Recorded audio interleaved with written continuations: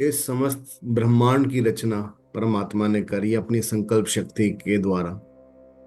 और वही परमात्मा समय समय पर इस पृथ्वी पर आए हैं, कभी डायरेक्ट कृष्णा और शिवा के रूप में, और कभी अंश के रूप में, जिन्हें हम अवतारी पुरुष भी कहते हैं।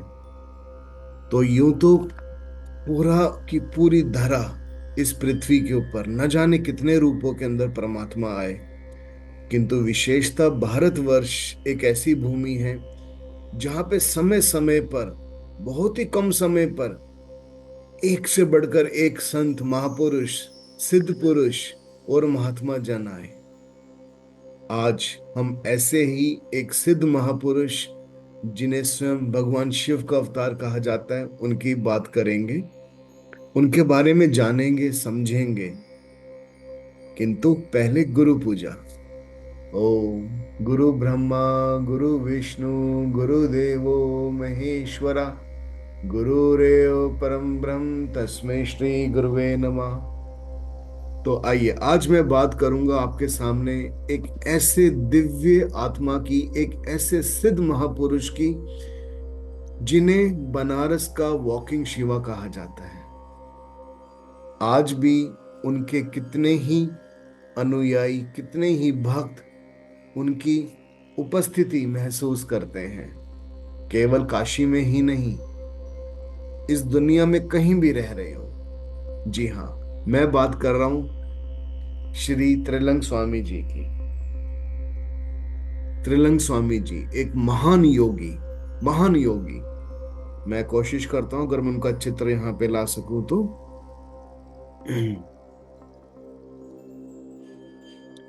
ये हैं श्री त्रिलंग स्वामी जी महाराज। ओ, तो सबसे पहले इनकी मैं वंदना करना चाहूंगा। 2 साल पहले मैं काशी विश्वनाथ गया, इनके मठ जाने का मुझे सौभाग्य प्राप्त हुआ। मठ ऐसा नहीं था इनका कि बहुत विशाल है, बहुत एक जगह पे फैला हुआ है। छोटा सा एक छोटा सा घर जहाँ पे ये रहे, उस जगह के ऊपर। और वहां से मैंने के पुस्तक ली, काशी के काशी के सचल विश्वनाथ, ठीक है। तो इसी पुस्तक के द्वारा मैं कुछ उनकी बातें शेयर करूंगा। उनकी जीवनी जीवनी शेयर नहीं करनी चाहिए, क्योंकि स्वामी जी से यही प्रश्न एक व्यक्ति ने पूछा कि महाराज, क्या मैं आपकी जीवनी लिख सकता हूं? तो महाराज ने कहा, स्वामी जी ने कहा कि यदि मुझे जीव समझते हो तो जीवनी अवश्य लिखो। जीव, जीव का अर्थ क्या है? जीवनी ईश्वर की नहीं होती, जीवनी जीव की होती है।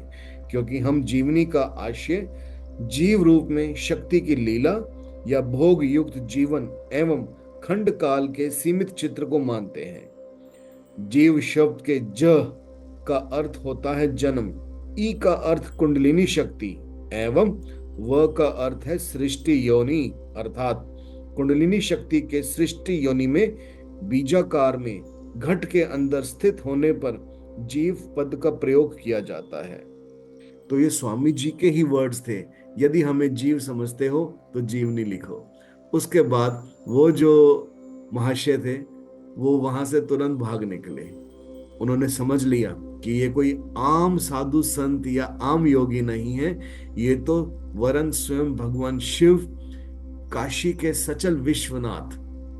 तो उस जमाने में भी जो लोग काशी आते थे भगवान विश्वनाथ ज्योतिर्लिंग के दर्शन करने, काल भैरव के, मणिकर्णिका घाट, वो इस मठ में स्वामी जी से मिलने जरूर आते थे और अपने आप को भाग्यशाली मानते थे कि आज हमें साक्षात भगवान शिव के दर्शन हुए। कहते हैं कि उन्होंने एक सेंटेंस बोला कि ईश्वर ने मनुष्य को अपने जैसा ही बनाया है, मनुष्य में इच्छा हो वह कोशिश करे तो हर मानव ईश्वर जैसा बन सकता है।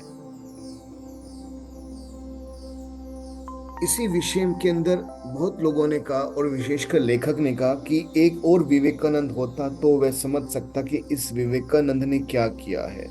ठीक है। महात्मा तैलंग स्वामी जी के 280 वर्ष के दीर्घ जीवन काल में से अधिकांश समय हिमालय के दुर्गम अंचलों और मानसरोवर के दुर्गम पर्वतीय क्षेत्रों में बीता। उन्होंने अपनी देह लीला के अंतिम 150 वर्ष स्वामी जी ने वाराणसी के शमशान घाट पर खुले आसमान के नीचे व्यतीत किए। इस समय भी वे हिमालय एवं सुमेरु तीर्थ में विचरण करते रहे। अब खुद समझिए कि इतने विलक्षण योगी, उनका जीवन चमत्कारों से भरा पड़ा है। चमत्कार एक जादूगर की तरह दिखाने के लिए नहीं, ऐसा नहीं कि किसी के अंदर अपने लिए भक्ति भाव पैदा करना है। चमत्कार अपने जो शिष्य है, एक आम जन समुदाय है, तो ऐसे योगी जब कोई करुण दृश्य देखते हैं कि किसी के परिवार में अकस्मात कोई घटना घट जाए, तो वो भाव के वश, प्रेम के वश वो स्थिति पैदा कर देते हैं, वो एक चीज पैदा कर देंगे कि जिसके लिए, मानव के लिए, जिसके बारे में सोचना भी असंभव है, कल्पनाओं के परे। कहते हैं कि योग के अनुसार परमात्मा की सृष्टि, परमात्मा की शक्ति अनंत है। जो हम कल्पना भी नहीं कर सकते वो परमात्मा कर सकता है। और वही परमात्मा जब ऐसे दिव्य पुरुष के रूप में हमारे बीच में आते हैं तो उनका हृदय भाव से पूर्ण होता है, प्रेम से पूर्ण होता है। वो ऑलरेडी प्रेम है उसके अंदर, अथाह प्रेम है। और उसी प्रेम को देखते हुए वो ऐसे कर्म कर देते हैं जिसे हम चमत्कार की संज्ञा देते हैं। तो कहते हैं कि उनका प्रारंभिक जीवन के बारे में थोड़ा बताते हैं, उनकी माता, उनके पिता। आज से 400 वर्ष पहले की बात है। दक्षिणात्य प्रदेश के अंतर्गत विजना नामक जिले के होलिया प्रदेश के अंतर्गत नृसिंह घर नामक एक ऐश्वर्यशाली जमींदार निवास करते थे। वे दयालु, सुचित्र, धार्मिक एवं परोपकारी ब्राह्मण थे। कर्तव्य निष्ठता एवं उदारता उनमें कूट कूट के भरी थी। उनका विवाह विद्यावती नाम की एक बुद्धिमती, धर्मप्राणा, भक्तिमती, स्नेहमयी देवी स्वरूपा कन्या से हुआ था। कहते हैं कि वैभव जब आ जाता है, किसी के पास धन आता है, तो मनुष्य भक्ति से दूर चला जाता है। लेकिन इस परिवार के साथ ऐसा नहीं था। वो परिवार आम जनों की सेवा, साधु संतों की सेवा करने में सदैव तत्पर रहता था। इन्हीं के घर में भगवान शिव का एक विग्रह था, जिनकी नित्य पूजा ये दंपति भक्ति भाव तथा मनोयोग पूर्वक किया करते थे। प्रजाजनों के साथ नृसिंह जी बड़े ही आनंद पूर्वक अपना जीवन व्यतीत कर रहे थे। किसी चीज की कमी नहीं थी उनके घर में। कमी थी तो उनके पास कोई संतान नहीं थी। काफी लंबे समय तक संतानहीन रहने के कारण परिवार परंपरा के सूत्र को कायम रखने हेतु नृसिंह जी ने अपनी पत्नी विद्यावती के अनुरोध पर दूसरा विवाह किया। विद्यावती पुत्र कामना से भक्ति भाव के साथ गौरी शंकर की आराधना करती रही। उसी समय उन्होंने पूर्ण निष्ठा के साथ 12 ब्राह्मणों की सेवा भी की। सन 1607 ईस्वी के जनवरी महीने तथा बंगीय 1014 साल के पोष महीने की शुक्ला एकादशी को रोहिणी नक्षत्र के शुभ लग्न में विद्या देवी ने एक पुत्र को जन्म दिया।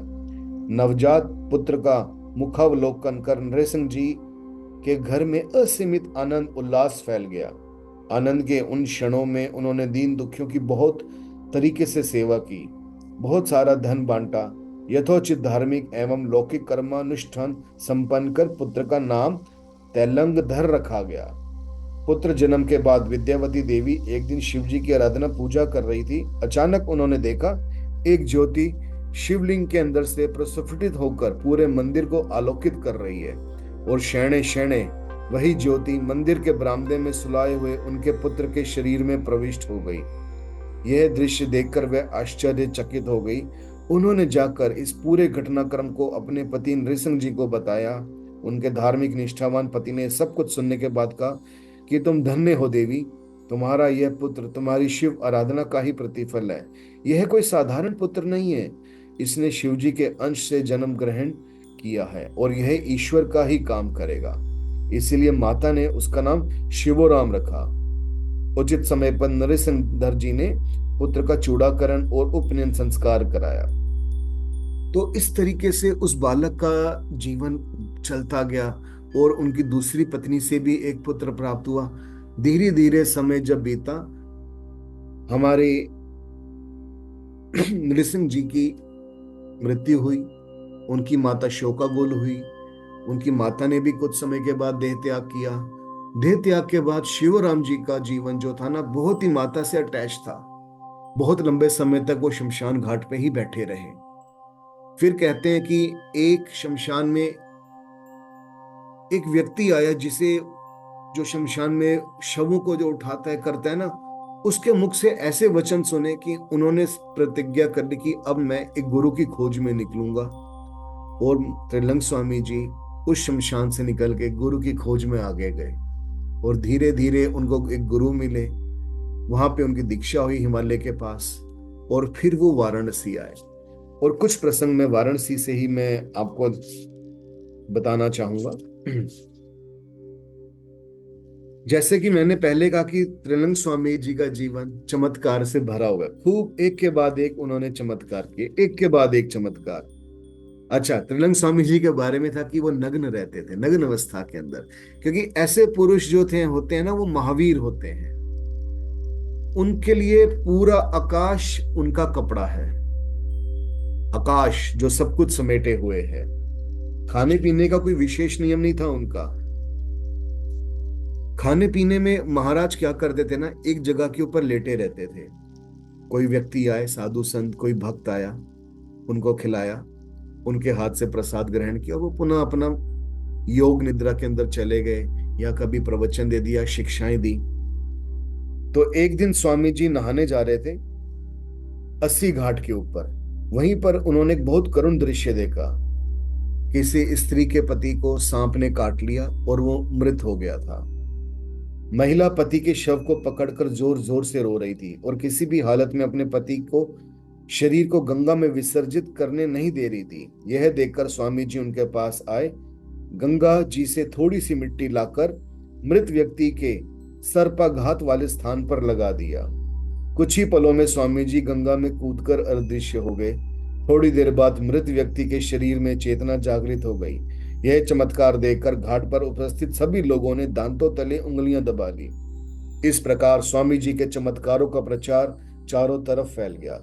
लोग अपनी मनोकामनाएं पूरी करने के लिए उन्हें परेशान करने लगे। इसी से बचने के लिए स्वामी जी ने मौन व्रत धारण कर लिया। उस दौरान वे किसी से बात नहीं करते थे। बहुत ही विशेष परिस्थितियों में वे किसी से एक दो बात कर लिया करते थे। महाराज त्रिलंग स्वामी जी की एक और खास बात क्या थी कि वो गंगा नदी के अंदर घंटों घंटों बैठे रहते थे। घाट के ऊपर नहीं, जहां गंगा डीप है वहां पे गंगा पे कभी पानी के ऊपर पद्मासन में बैठ गए, अर्ध पद्मासन में, या गंगा जी के अंदर डुबकी लगाई। घंटों घंटों अदृश्य हो गए गंगा जी के अंदर। 4-5 घंटे के बाद निकल रहे हैं, 7-8 घंटे के बाद निकल रहे हैं, या बैठे बैठे ही कहीं और किसी और घाट पे निकल लिए। तो ऐसे थे हमारे श्री त्रिलंग स्वामी जी। एक दिन किसी धनवान व्यक्ति ने 20 भरी हुई सोने के 2 कंगन बनाकर उनके दोनों हाथों में पहना दिए। उनके जाते ही एक दुष्ट प्रवृत्ति के व्यक्ति ने कंगन हड़पने की नियत से स्वामी जी को भारी मात्रा में मद्यपान करवा दिया, यानी कि शराब पिला दी। इससे वे बेहोश या क्रोधित नहीं हुए, बल्कि उसका अभिप्राय समझकर उसी वक्त दोनों कंगन उतार कर उस व्यक्ति को दे दिए।